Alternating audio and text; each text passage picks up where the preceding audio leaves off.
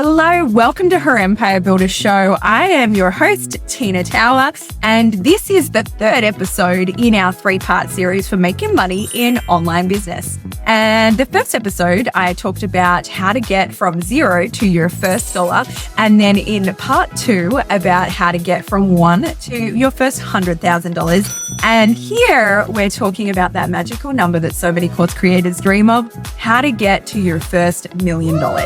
I love this topic so much that I wrote a book on it called $1 Million Micro Business. If you haven't read it, grab that one. It will go into a lot of depth with how to get your business from zero to $1 million. But today, like I said, we are talking about that magical milestone that course creators dream of, hitting $1 million in revenue. But here's the truth. Scaling to $1 million is not about working harder. It is about working way smarter. You've got to leverage systems. You've got to change your mindset. You've got to adopt that CEO mentality. Getting to 100,000, I think, is like sheer brute force. That is hard work. I think getting from 100,000 to $1 million is easier than getting from $1 to 100,000. But what it is a different way of working. It's a different set of problems to solve. To me, it is a lot more fun. It is a lot more exciting. It is a lot less exhausting, which are all really good things, right? And so we're going to kind of talk about today, like that shift from being the workhorse into being more that CEO mentality, and how to actually scale your business to 7 figures and beyond so that you can build as far as you want to go. Let's get into it. Welcome to Her Empire Builder Show. I'm your host, Tina Tower, business strategist, course creator, best-selling author, and unapologetic champion for women chasing big, audacious dreams.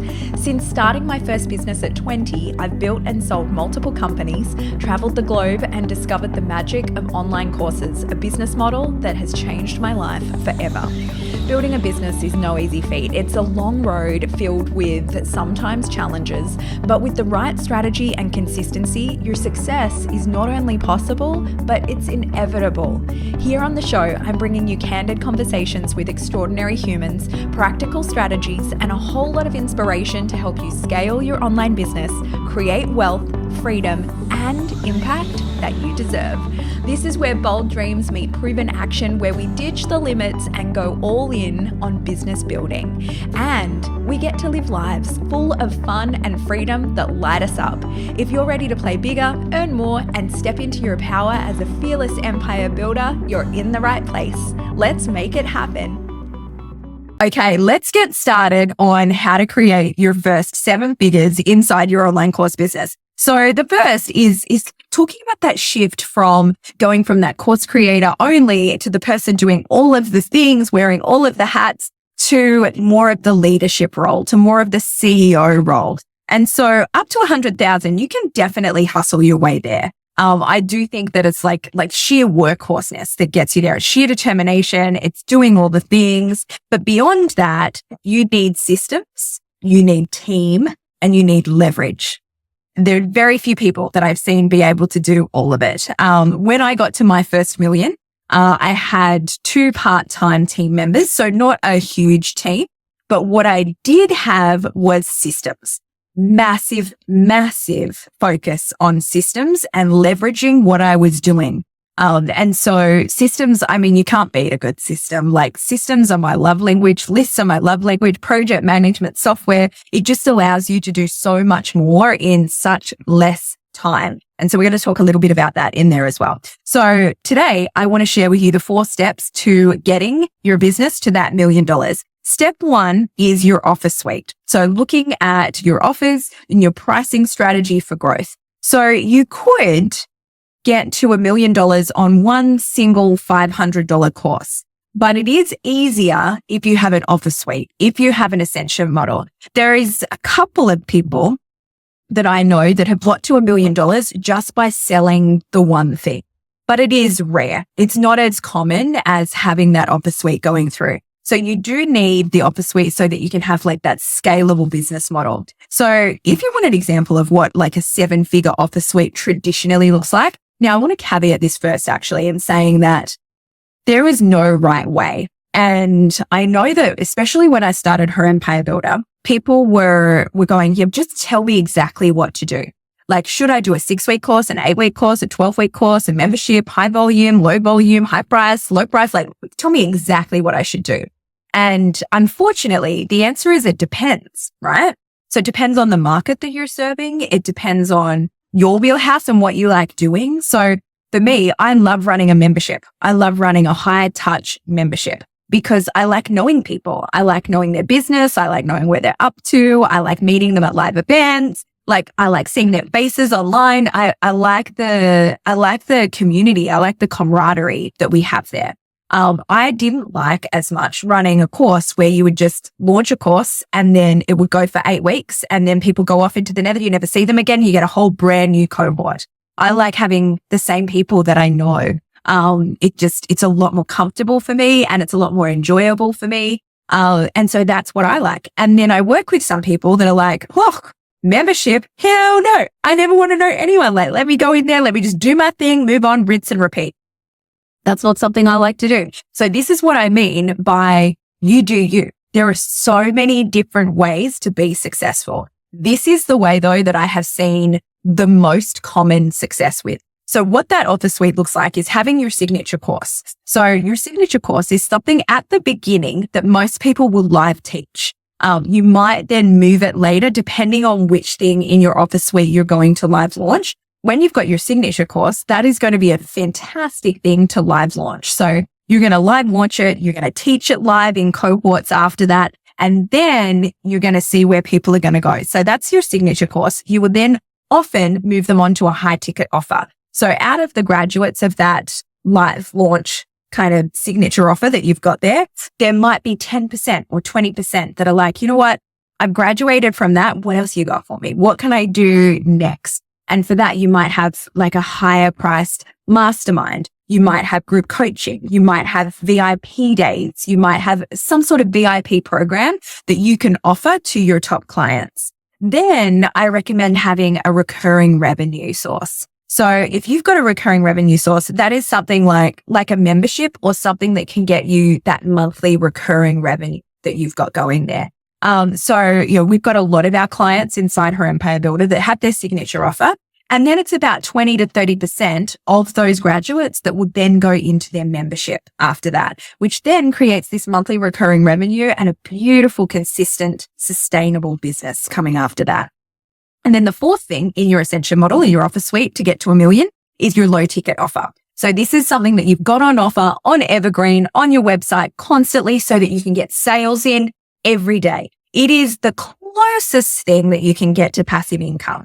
Now, I say the closest thing because I actually don't believe anything in business is passive, because if you think build it and they will come, they're not coming. You will put it on there, and unless you market it, unless you have funnels running to it, no one's going to buy it. And so I say it's the closest thing to passive income because you can get at this stage when you're at a couple 100,000 already and you're building to $1 million, you can get really good ad strategy because you've built up some really good organic following and you can get that funnel going, which what that means is when you're in the off season from launching your signature offer, you can have people coming in, you can have them doing your smaller offer. They will love what you're doing, which means when you go to open the doors to your signature offer, then they're going, I've been waiting for this and then it's finally here. Woohoo!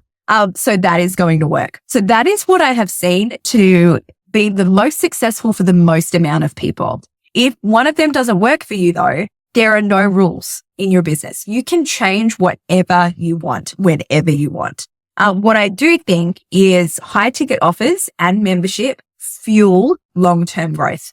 It is the easiest game to play out of all of the different game options that we have in what I can see. Okay, step 2 is traffic and lead generation on autopilot as much as possible. I'll add the as much as possible on the end. Because you can have a lot of things on autopilot, a lot of things working, but a lot of it still will be germinated by you. And so you need to have leads every single day coming into your business to scale. It's this constant lead generation. I don't think that ever ends. That's something every business needs is new customers. So 3 non-negotiables for $1 million funnel that's coming in for lead generation is a proven evergreen webinar. So having a webinar or a really highly converting video on your sales page that's going to convert people on that low ticket offer again and again and again.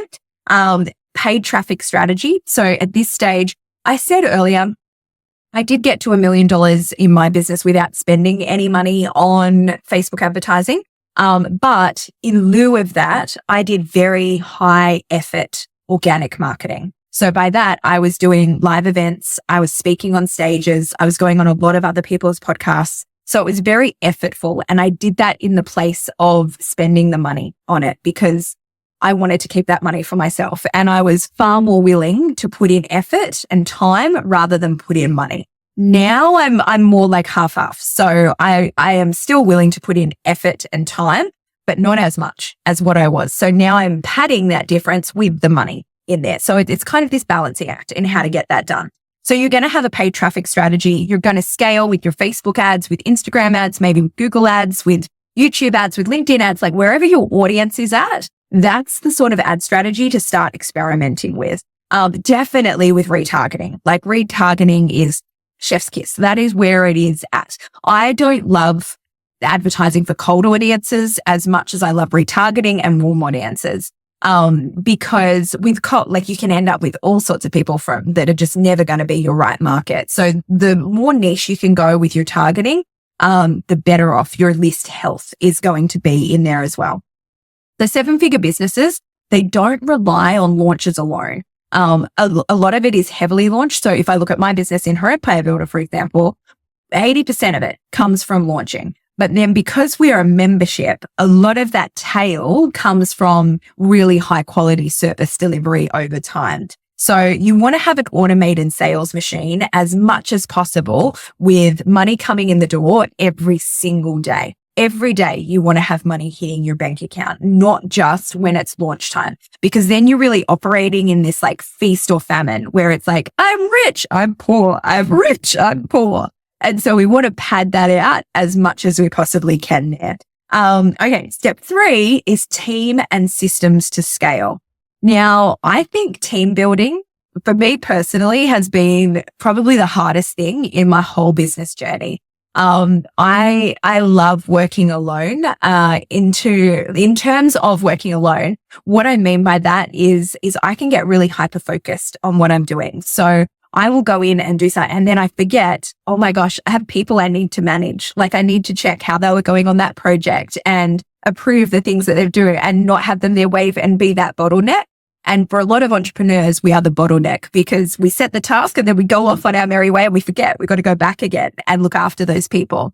And so team management has been something that I've really had to, learn and get better at. And it's something that I'm really proud of the team leader that I am now and the boss that I am now. And I have a really great team that support me at Her Empire Builder. But I've been through some doozies to get there. And sometimes it was my fault. Sometimes it was their fault. But it's one of the things that I don't think you can scale to 7 figures and beyond by yourself. If you can, then you're working very, very hard, way harder than what you need to be doing at that stage. So I think, from that 1 to 100,000, a lot of it's going to be your hard work. You shouldn't be giving away too much of your revenue to team. But once you get past that point, it will actually stifle your growth if you can't get the help in doing different things. I'll always say to people, like, even to get it to 70%, like if you can get a VA and they can get you to 70%, you just put that top 30% on, it means you're going to be able to handle a whole lot more tasks, a whole lot more projects, a whole lot more ideas that you can put out there and start getting implemented to keep continuously growing your business without you having to put in like the sweat equity into absolutely every single thing that you're doing. So you can't do everything alone at this level. Now, what you want to do is hire for growth, not just relief. So what I mean by that is sometimes people will wait until they're at peak exhaustion and desperation before hiring. Nearly every hiring mistake I have made has been at the peak desperation where I'm like, I am so tired and so overworked and so overwhelmed and I need help so bad. I will take one. like when you're in that stage, that's when you do take anyone and you really end up getting people that are not the right cultural fit, or maybe they had some alarm bells, but you just didn't care because you're like, anything is better than nothing. And so you don't just want to hire for relief. You want to hire for growth. You want to be like, all right, at the moment, my business is at 300,000 a year. Next year, I want to get it to 500,000 or 600,000 or whatever that's going to be. If I digress a little here, when we're talking about growth in an online business, when I was in service-based business, it was very, it was very managed growth, because with a service-based business, like the ship is harder to turn and the infrastructure that you need in a service-based business is so much greater than in an online business. So where I ran tutoring centers, we had 40 tutoring centers around Australia in a franchise system. And so if we wanted to grow that, we needed so much more human support. So massive team. Not hugely leveraged because 50% of revenue went to team.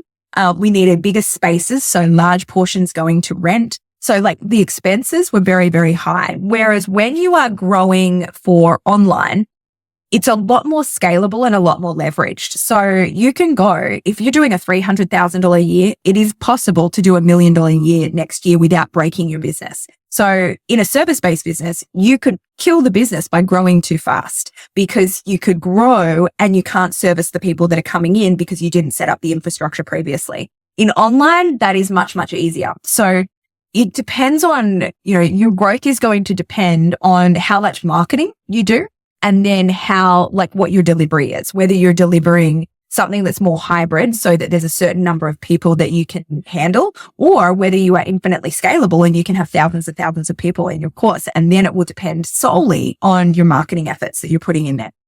But I've digressed a bit there in going, when we come back to hiring people for growth, not relief, hire people with where you want to take the business to. So where you're sitting now, say you're at 300,000, you want to get to 600,000. Go, who do you need in order to get you there? If you wanted that gap filled, what activities do you need to do to get that 300 to 600? And then how can you get as much help as you can? Like, what is it that you need? One of the ways that I like to do it inside Her Empire Builder, we have templates for like a time audit where we have every single task and role inside an online business all itemized on a giant spreadsheet, so that you can go through and see every task that happens and go, all right, this is what I do currently. This is what my VA does. This is what like anyone in your team, what they do. And then you go through and you go, all right, have I got all the right people in the right seats? And am I happy doing all the things that I do? Then I go through it and I go, all right, as we grow to the next stage, what things am I doing that I no longer want to do? And I will highlight all of those. And then those elements are what's going to make up the job description that I put out there for the next hire that I make. And so it's a really systematic way to do it so that you're hiring for that growth and not out of that desperation.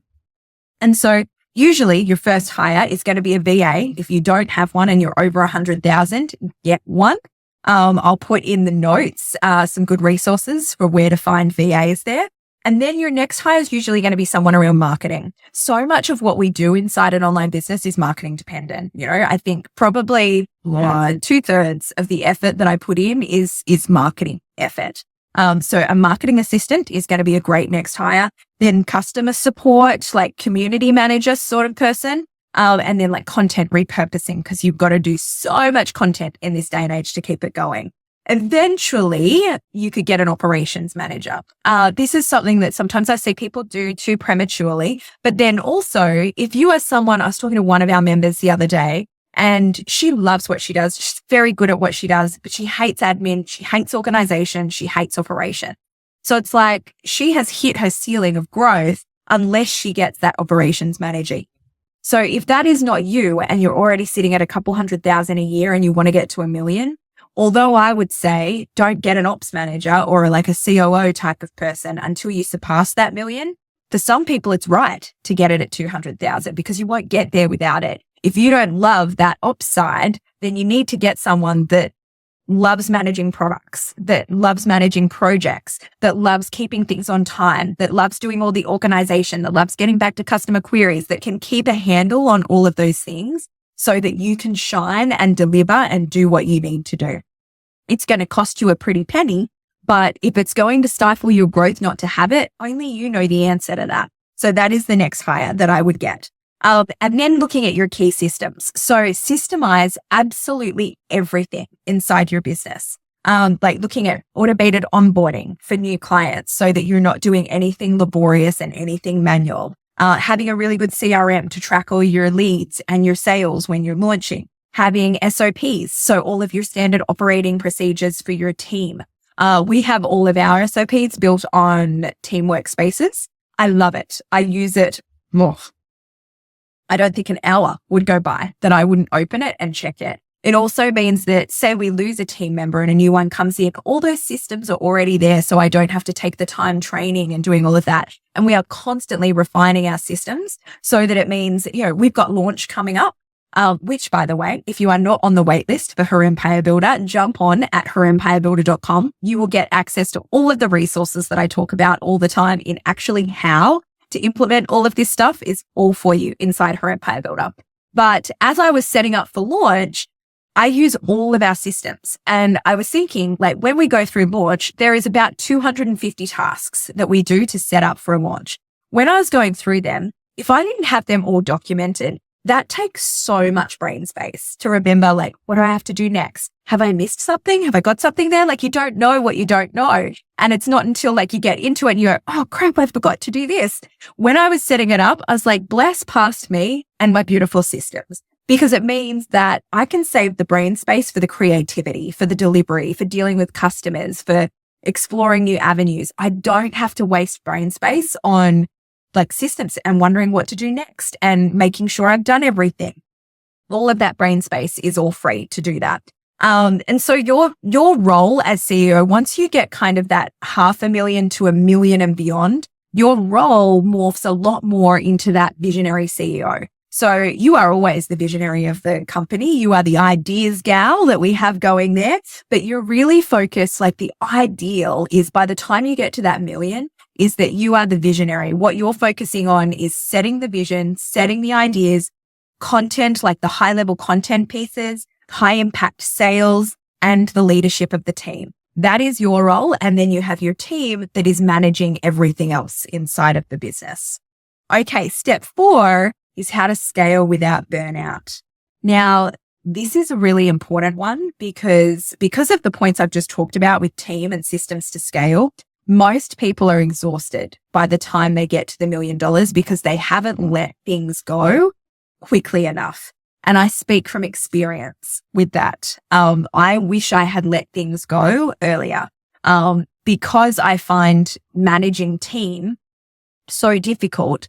I was reluctant to hire more people because in my head, I thought, you know what, it's easier if I do it myself, which some cases it is until you get A players. When you have a team, it is so much easier to have them doing things than to try and hold everything yourself and feel like an octopus all day, every day. So you want to scale without burnout. And how you do that, like I will say, simplicity wins. Do not overcomplicate your business. There are things that, I will do a time audit every 90 days. Every 90 days, I have an alarm go off on my phone every 15 minutes where I simply just write down what I'm doing.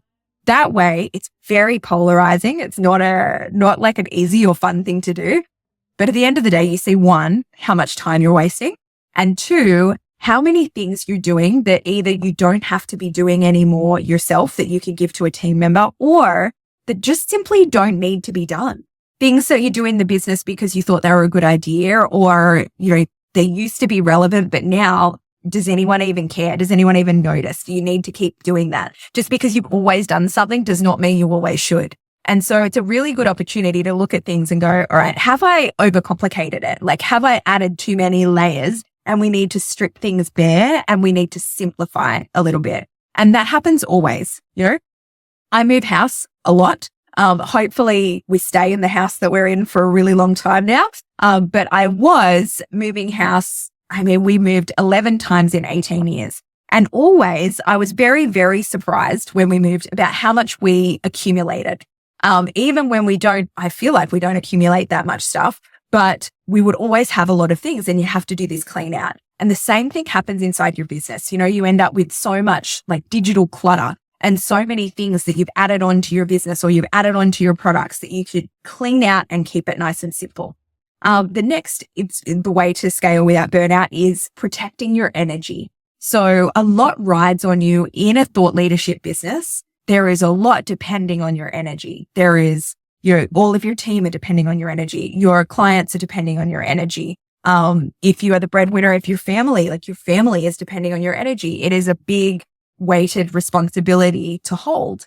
And so you need to get very boundaried over how you can conserve that energy so that, if you think about like batteries in a day that you've got, not all tasks are created equal. There's a day where doing things like I'm doing now with podcast recording and video recording, it takes a lot more energy than a day sat behind my computer doing admin tasks and, creating Canva, I think sometimes gives me energy instead of taking it away. But doing what you love to do in the business more. Now, I hear people sometimes go like, if you don't love it, delegate it. And I mean, it's true to a certain extent. Like you want to do most of what you love doing to keep that energy high. But I would say like 3/4. If you can get 75% of your day doing the things that you love to do, then you are winning and you will be fine and you will be consistent. But 25%, I think like there's always going to be things that we do in the business that suck. There's always going to be things that we do that, if we weren't getting paid, we wouldn't do. And that is totally fine because you've got a business to run. You're not a toddler. You can be a grown ass adult and you can do the things that we know we have to do to get the result that we want to get. So I think like I kind of sit at 75%. If I am 3/4 happy and a quarter going, oh no, I wish I didn't have to do this. That's not so bad. That's pretty good. And so you want to really focus on that and go, what is giving you energy and how can you keep that sustainable and consistent as you go? And then the other is having boundaries, not working 24/7, not being available to people all the time, not letting people sap your energy, being really boundaried with that. And that is something that at the beginning, like in that 0 to 100,000, I was terrible at. And a lot of people are terrible at because we haven't had to develop that skill yet.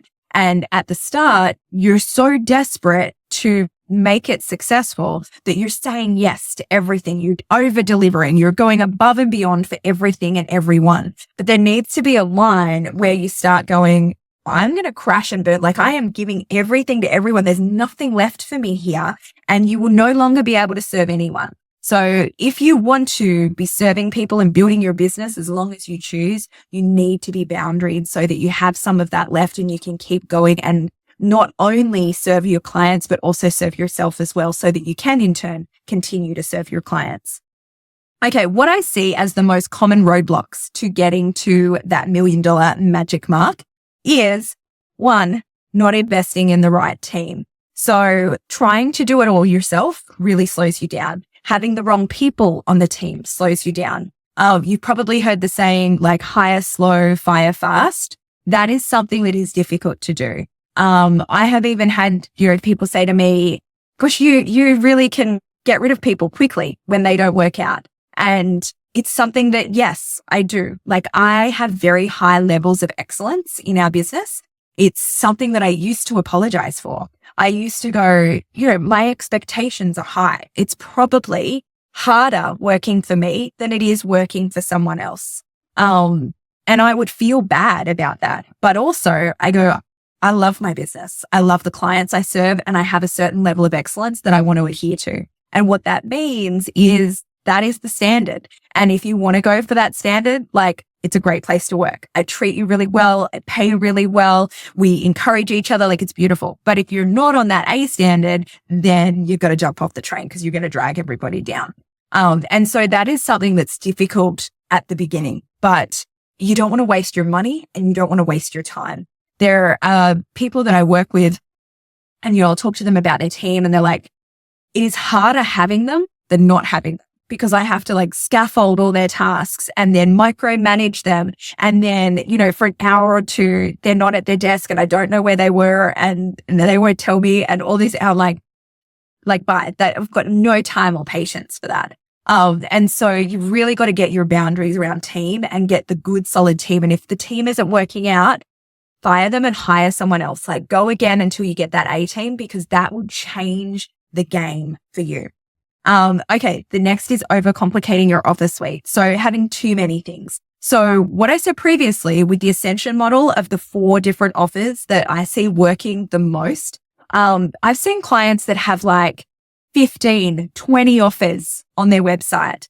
More does not equal more sales. Let me tell you that like unequivocally. I have seen most millionaire course creators that I know have around 3 to 6 offers. That is it. 1 or 2 main ones, like 1 or 2 that take up 80% of their business, and then the rest kind of on the periphery. But you don't want to overcomplicate your offer suite. You don't want people to go, I don't know where to start. Like there's too many things to choose from. Keep it simple. Be known for the thing that you are known for and have everything else around that feeding that one main thing that you want to be known for and that you want to do. So you don't want to overcomplicate it in there. One great offer that scales is so much better than 5 smaller ones. If you've got something that's not working, don't be afraid to like kill that off and put your effort and energy into the one that's working. Because every time, like we have a certain amount of time, energy and effort that we can put in, and you have to go, do I put it over here or do I put it there? Like what's going to give me the best return? Always be going for the one that's going to give you the best return. The other common mistake that I see is ignoring the data. Sometimes we can be too in love with an idea emotionally and we ignore the data from it. You need to track your leads costs. You need to track your conversions. You need to track your ROI. You need to be tracking everything and following the data. Like listen to it. Data does not lie. And so we can look at that and really like see a problem before it becomes too severe so that you can course correct and you can grow much, much faster. And the other one, the 4th one that I see the biggest problem is underpricing your expertise. Know how brilliant you are. High value courses create high value pricing, and high value pricing will get you to $1 million a lot quicker than low value because it is often easier to sell and gives you high quality clients that are going to tell their friends about it, which is going to get you there every step of the way. So scaling to 1 million is about focus. It is about focusing on what truly moves the needle in your business and building a scalable offer, automating your marketing and stepping into more of that CEO leadership role than what you did in the early days. So if this episode like fired you up a little bit, it was like, this sounds good. I'm on the road to 1 million. I'm going to get there. I would love to help you get there. Go to herempirebuilder.com. We are opening doors soon. What Her Empire Builder is a whole community of women. We have 200 members inside that are all unapologetically ambitious. We are all building courses, memberships, all in the online space and are all having a big go, all having a crack. And so if you want to be surrounded by people like that and get all of the resources, when I talk about all the resources, I mean all of the resources. Job descriptions for your team, all of the time audits, all of your profit and loss information, all of your revenue calculators, all of the, everything that you need. You just search on our intranet that we have and the resource will come up there for you. So if you want to check that out, go to herempirebuilder.com. Doors are opening really soon and we would love to welcome you in. I hope you loved this 3-part series. I hope it helps you take your business and move on to that next level and make the business of your dreams that you love and that gives you a life that is absolutely brilliant. Thanks so much.